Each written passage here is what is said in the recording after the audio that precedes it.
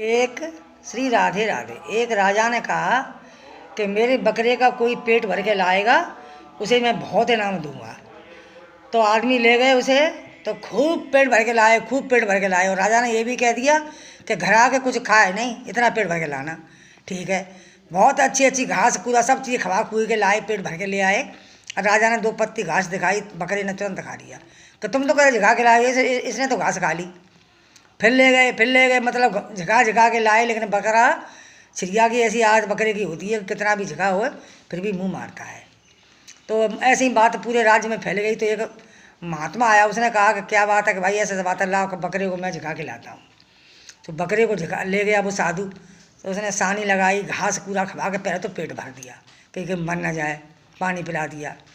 फिर उसके जब किसी चीज़ में मुँह डाले तभी ऐसा सोटा दे उसके मुँह में, ऐसा सोटा दे तो मुँह उसका सुझा दिया, दे के मतलब ऐसा कर दिया, भय भी तो किसी चीज़ में मुँह नहीं डाले। लेके और राजा के पास आ गए, लो तुम्हारी बकरे को मैं झिका के लाया हूँ। उसने घास दिखाई, बकरे जैसी घास दिखाई, बकरे ने उस डंडे की तरफ देखा, जो महात्मा लिए डंडा खड़ा था उसकी तरफ देख लिया कि डंडा भी मुँह में मारेगा।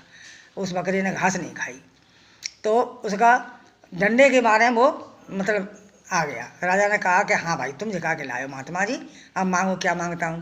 कि मैं कुछ नहीं मांगता हूँ, मैं इनको ये समझा रहा हूँ कि किसी चीज़ का तुम अगर प्रण करो और सोच के चलो और डर भय बना के चलो तो कोई चीज़ राजन, कोई चीज़ हो ही नहीं सकती है।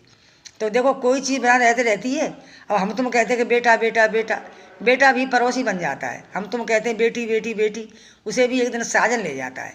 हम तुम कहते हैं बहू, तो बहू तो पराए घर की होती है बेचारी, वो क्या हमें खिलाएगी पिलाएगी। और पति तो पति भी एक दिन पराया हो जाता है। तो कभी किसी की आस नहीं करनी चाहिए। तो ऐसे करके अपने सोच विचार के अपने आगे चले, भगवान का भजन करें। श्री राधे राधे।